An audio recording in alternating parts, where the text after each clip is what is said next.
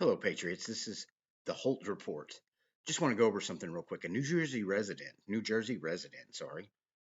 received a phone call. She moved in May. She moved from Georgia, made a call, canceled her ballot in Georgia. And this is the phone call she got just the other day. And as the state of Georgia remains front and center of the ongoing battle over the election, and many voters are wondering if their vote was properly tallied, a New Jersey woman who recently moved from Georgia and received a troubling phone call asking for her information about her ballot. One America's Christina Bobb has more from Washington. Can residents of the swing states rest assured that their votes were properly counted? Apparently not. Miss D, whose name I've intentionally withheld for her privacy, lives in New Jersey, but only recently relocated from Georgia. Back in April, she called the Georgia Board of Elections to have her ballot canceled since she's moved out of the state. On November 5th, 2 days after the election, she received a call from a woman from Georgia asking her if she voted. The woman claimed to have a list of Georgia voters, and she was simply confirming if they'd used their ballot. Up at 4 o'clock yesterday, I got a phone call from Brenda Holland, who asked me, from Georgia, asked me if I voted in the Georgia election. I told her that I had voted for Trump, and why is she calling me? She says she's got a list of people that she has to go through to call and ask them if they voted or not. I reached out to the caller to ask why she had contacted Miss D and try to understand what this list of voters was. Who was asking, and why were they contacting voters? I got her voicemail, but I confirmed the name that Miss D had provided.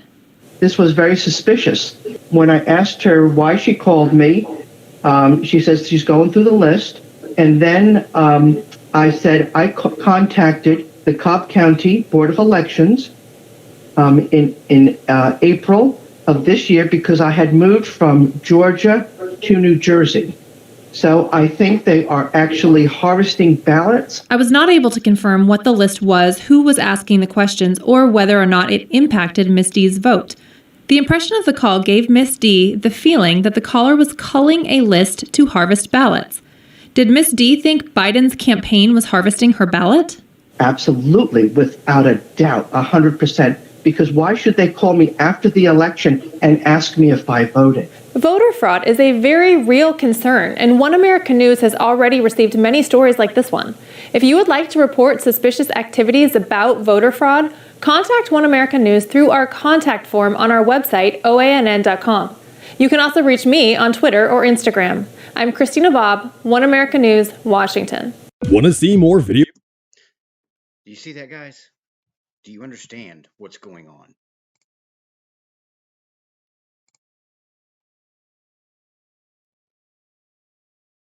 Okay, let's go over here. Let's take a look. I just put in voter fraud.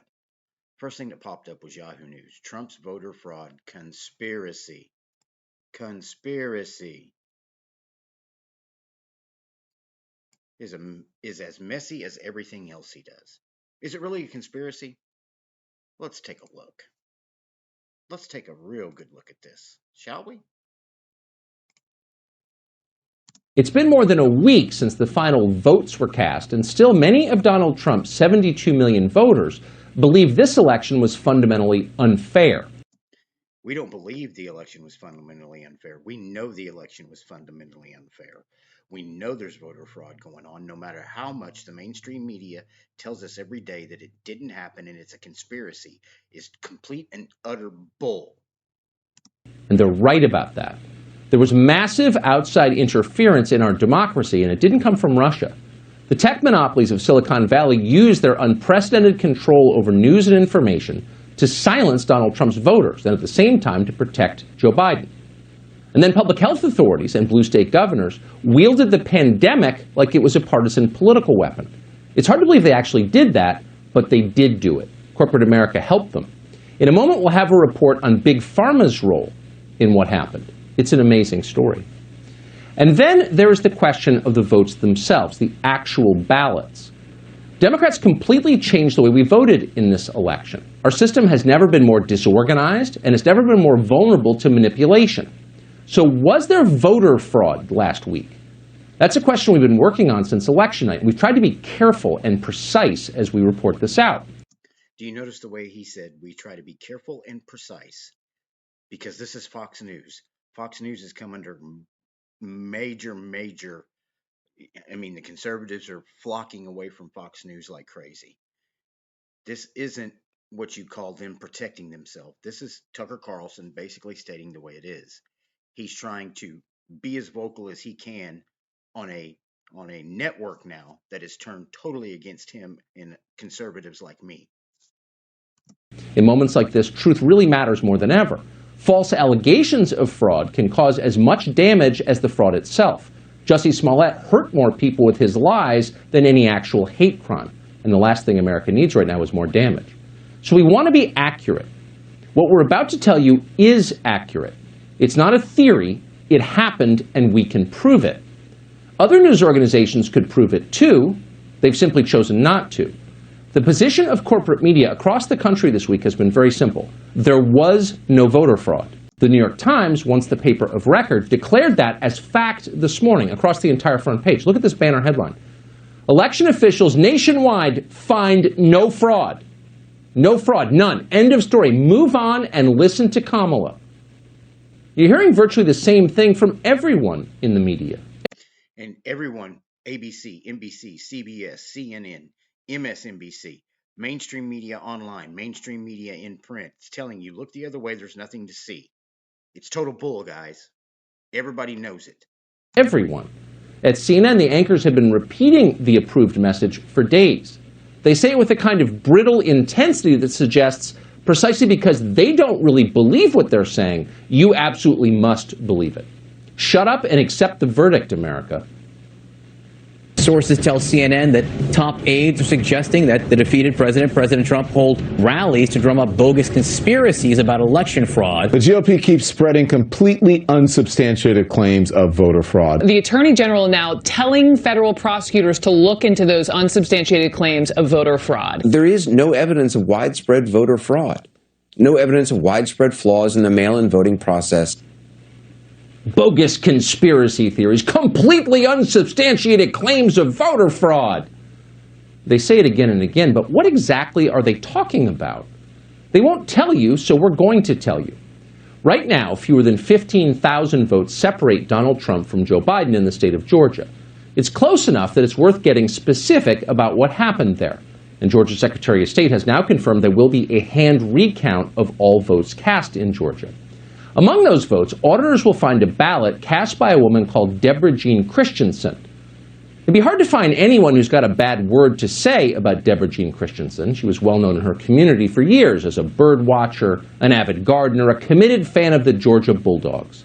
Those who knew her were sad when she died last May, and they might be surprised to learn that even after her death, Deborah Jean Christensen still managed to register to vote and then cast a ballot, presumably for Joe Biden.